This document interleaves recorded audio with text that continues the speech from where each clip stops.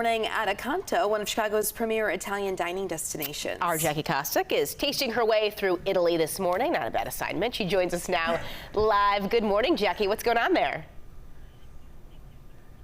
Ladies, good morning to you. Well, this is such a beautiful space, and Acanto has actually been here for 11 years, which is amazing. It's right on Michigan Avenue, so if you're thinking about summer plans, if you're going to Millennium Park for some concerts or going to shows around the area, this might be the perfect place to come before you do that. I'm here with Torrance O'Hare this morning, who's the beverage director for the Gage Hospitality Group. Good morning to you. Good morning. How are you? Well, I'm doing really well. We have beautiful bottles of wine in front of us, a couple glasses this morning. You actually do wine classes every Wednesday. Talk a little bit about what you teach people during those classes. Yes, absolutely. So Acanto, we feature a program that's exclusively Italian wine. And my passion in wine has always been in education, and Italian wine specifically is one of those topics that is often really daunting for people. It's big, it's complicated, there are so many rules, there are so many grapes. And so I teach a class that we call How to Speak Italian Wine every Wednesday night at Acanto to basically not only help people explore Italian wine, but to help people understand the greater world of wine through the lens of Italy. So it's a really great opportunity for people who are either really major wine nerds and want to dig down into Italy, or absolute novices who've just sort of heard, like, we know that Italy makes wine, but they don't know anything about it. So. I think about learning about wine is you have to take a trip to go somewhere else to learn about wine. Why did you guys want to have these kinds of classes here just in the middle of the city? Well, so one of the most important things I think about the experience of exploring wine in general is to really be able to connect it to a sense of place. You'll see postcards of Italy, of the vineyards, and people overlook, there's 20 regions in Italy, and all of them are so wildly different culturally, with the cuisine, with the history. And so through wine, you can use that to explore Italian history, Italian culture, in such an interesting and sort of tangible way. So it's a great opportunity not only to help people sort of travel on the table, but also with our program. We have 450 Italian wines, and it's a really interesting gateway into exploring our wine program by being able to come and take a class. Lovely. You were a former professor as well, so you definitely can speak about wine. You're also a sommelier. Okay, we only have a few seconds left, but just kind of teach me what it means, or why do people swirl their wine like this? So almost everything that you taste in a wine has to do with the evaporation of the wine. And so by being able to swirl it, essentially you're helping a lot of those molecules begin to evaporate. And so when you have more evaporated molecules, you have more things to smell. It's just physics. So am I swirling it right? Swirl yours. The best way to think of it, hold this like a pencil and draw a circle on the counter like you're drawing with a pencil. And so you look down here instead of up here, and it'll let you swirl it with much more agility. Agility. I love that. Torrance, thank you so much for your time this morning. This is Acanto. You can come check out their wine classes every Wednesday, but also just come for drinks, for dinner, before or after a show. Obviously, Millennium Park is going to start having their summer concert series pretty soon as well. At least it's a couple months away, right, ladies? We're counting down the days. Absolutely. I'm learning so much already from Jackie. Definitely. We love it. Jackie, thank you so much. And tomorrow you can... Well, we're jump-starting your morning at Acanto. It's a Italian dining destination in Chicago, earning multiple Wine Spectator Awards and also some international nods as well. We've got Jackie live there now. And Jackie, this might be great for wine lovers, food connoisseurs, all in one spot. Audrina, good morning to you. Absolutely. We're actually going to do a wine and food pairing a little bit later this morning. But this hour, we're talking about how to host a wine tasting at home. Yes, so this feels like a very intimidating thing for someone like me. But I'm here with Torrance O'Hare this morning, and he says that it's actually not that intimidating. You can get in and do it, right? Absolutely. I think the most important thing to recognize is that people just like to be invited. And so holding yourself back by saying, oh, I don't have the right glassware, or I don't know how to pick things, like, people will just really enjoy being there.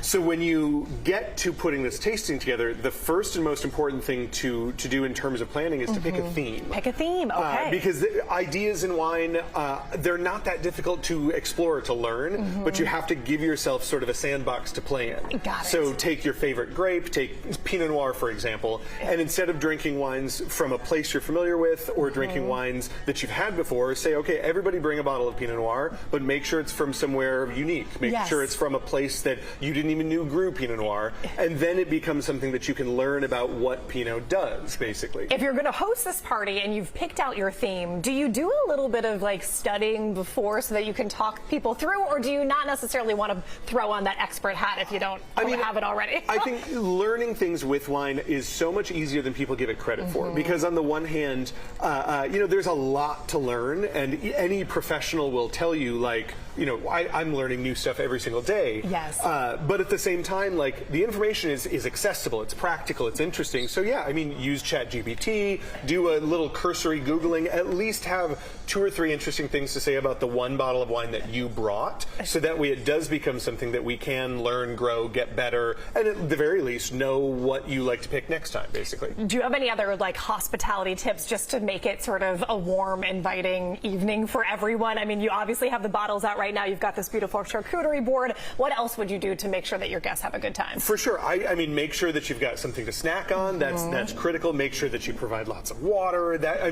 Making sure that it's a night that goes on sort of over the course of several hours, as opposed to, you know, pouring giant glasses of wine as soon as everybody shows up and everyone's kind of tired of drinking after the first 45 minutes. Like, pace yourself, set up a flow of an entire evening, and it just becomes more of a cohesive experience for everybody. Torrance, thank you so much for your time this morning. This is beautiful, but you can also just come here to Acanto on Michigan Avenue, right across the street from Millennium Park, and take their wine classes every Wednesday night. They start at 5:30. Torrance will be your guide through the wine, so I feel like that's maybe the better way of doing it than coming to my place and taking, you know, me taking you through a tour, because that would be, it would be interesting. It would be interesting. All right, Argina, back to you. Jump-starting your morning at Acanto. It's a premier Italian dining destination here in Chicago. It's earned multiple Wine Spectator awards and international recognition, and it's built this awesome dedicated following among food lovers and wine lovers. So if you're one of those, listen up. Let's send it over to our Jackie Kostek,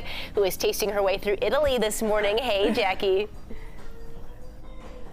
Marissa, good morning to you from Acanto. Yes, this is really a beautiful neighborhood feel spot that is right on Michigan Avenue. So it's right across from Millennium Park, the perfect place to come before you go to a play or before you go to, you know, a Millennium Park concert during the summer. I'm here with Torrance O'Hare this morning, who's the beverage director for the Gage Hospitality Group. Good morning to you. Morning. Thanks for coming. Well, thank you so much for having us. We've got our glasses of wine, and we're talking this hour about how to figure out which wine to either buy at home or to drink at the restaurant. So let's start with, if you're, you know, at a grocery store, you're looking at the shelves and shelves of wine. How do you know what to select? Yeah, it's tricky because there are so many sort of words. There's different languages. It's definitely a lot of sort of hoops to jump through. I think the first and most important thing to help people's money go as far as possible when they're purchasing is to recognize that, like, the world of wine is so much bigger than people give it credit for. So there's a lot of, you know, people come in and say, well, this is the one bottle that I like, or this is the one grape that I like, and that's all I'll drink. And that really does corner you into things that are already popular, already famous, which means you're already spending money on, you know, marketing and labeling, basically. Okay. So when you can expand your horizons and recognize, like, there are a lot of grapes and a lot of regions that grow and produce wine that are just like your favorite style, you can really start to have more on your side. Got it. I think the second most important thing you can do is defer to the experts. At any wine shop, at any restaurant, you should be able to find a wine professional like myself who can help navigate you to those grapes, those cool wine regions, those styles that maybe you aren't familiar with. For instance, like Falangina, because you're a Sauvignon Blanc drinker, but Falangina from Italy drinks just like Sauvignon Blanc at half the price because nobody knows what it is. Yes. So finding someone who's a professional and can help guide you, who makes you feel feel comfortable and empowered and excited to make these purchases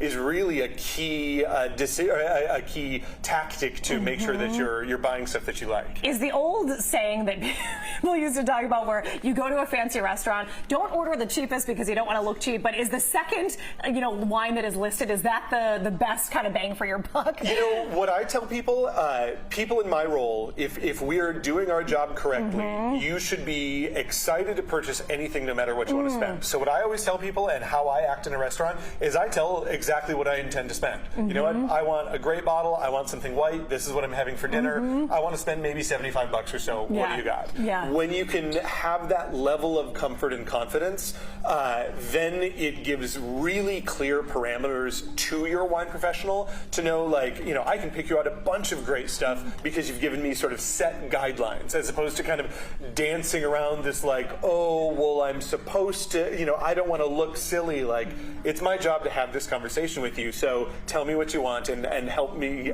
help you. I love it. Torrance, I'm going to give you a cheers here for that. Torrance hosts wine classes here at Acanto every Wednesday night, 5:30, and they're pretty reasonably priced as well. They're about $40, right? Exactly. Yes. We taste a lot of really cool, often things that are way too expensive to normally grab on a Tuesday night, Wednesday night. Sounds good to me. Marissa, back to you. I love it. Jackie, thank you so much. That was a really good question. I'm taking that to my next restaurant outing about where to go on the wine list. Welcome back, everyone. For today's Jumpstart, we are getting a little bit of a taste of Italy in the loop. Yeah, it's called Acanto. It serves pizza, pasta, and some other Italian dishes, along with a very large selection of wines. Jackie Kostek joining us live now with more from the wine bar. Hey, Jackie. Ladies, good morning. Well, one of the things that I think is really special about Acanto is that it actually feels like a neighborhood spot in the middle of the loop. So we are right across the street from Millennium Park. So if you're going to one of the Millennium Park concert series over the summer, or potentially going to a show at one of the theaters around here, this is the perfect place to come before or after. I'm here with Torrance O'Hara this morning. Torrance, good morning to you. Good morning. Welcome. Okay, well, thank you so much. The hospitality has been on point all morning long. I have to say, this is an incredible spread. Let's talk a little bit about the Wednesday wine classes you have each and every week, a true tour through Italy. Yes, it really is. So we call them How to Speak Italian Wine. And essentially, Italian wine has such a reputation as being unattainable. It's complicated, it's confusing. And so I like to take the idea of Italian wine and turn it into a lens to explore the world of wine as a whole. So we do everything from the history of Italy to botany to geology. Like, we really get in an interesting way, sort of that like liberal education style that is open and accessible and welcoming to people who are total novices, but also really in-depth and sort of broadening to people who are huge wine nerds. Speaking of total novices, if you are coming here to Acanto for a dinner and you want to potentially have a wine that pairs well with the food that you order, why is it so important to sort of ask the questions while you're at the table and not be intimidated by that process? Because how is the meal enhanced, I guess, by the perfect glass of wine? Sure. Well, most importantly, regardless of the pairing rules, so to speak, it's about whether or not you're enjoying yourself. Of course. And so a lot of it is really learning to ask those questions, being comfortable speaking to our wine team, because our job is essentially to help you enjoy what you're doing, regardless of what the pairing is. And then knowing that some of the ways that you can pair wine, the way that wine interacts with food, can really highlight the experience of both the food and the wine together, is a great thing to be able to engage from a wine professional that can help not only stay within the parameters of what you like, but also use those parameters to really show off how good the food can be, how great the wine can show. Torrance, you are such an incredible sommelier. You know yourself so well. He's actually judging a wine competition in Italy next week, so that sounds like the kind of job that is... It's a cool job. Yeah, it's a pretty cool job. It's a pretty cool job. Ladies, this is Acanto in the Loop. Back to you. Okay, we got to take some wine classes I with know. him too. Very Wednesday night wine class. It's got to put on the calendar. Thank you so much, Jackie. Appreciate it.